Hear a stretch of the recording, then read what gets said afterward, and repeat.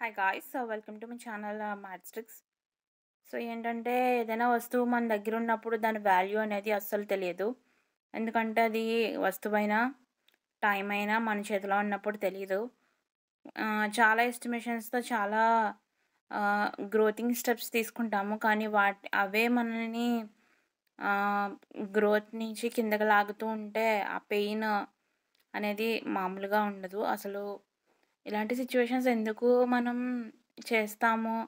ఎందుకు ఇందులో ఇరుక్కుంటామా అని కూడా అనిపిస్తుంది. బట్ ఇవన్నీ తాత్కాలికమే. వన్స్ మనం ఆ పర్టిక్యులర్ సిట్యుయేషన్ నుంచి బయటకొచ్చినప్పుడు అవన్నీ మనకు చిన్నగా అనిపిస్తాయి. సో, ఏంటంటే మన దగ్గర ఉన్న మనీ అవ్వచ్చు, వస్తువు అవ్వచ్చు, అలాగే టైం అవ్వచ్చు. మన చేతిలో ఉన్నప్పుడు మనకు దాని వాల్యూ అనేది చాలా చిన్నదిగా అనిపిస్తుంది. వన్స్ అది దాటిపోయిన తర్వాత మళ్ళీ వెనక్కి రమ్మన్నా రాదు కాబట్టి దాని వాల్యూ అనేది తెలుస్తుంది. అండ్ అప్పుడు ఎంత బాధపడినా మనకి యూజ్ ఉండదు.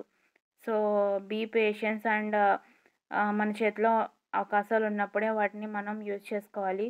Thanks for watching.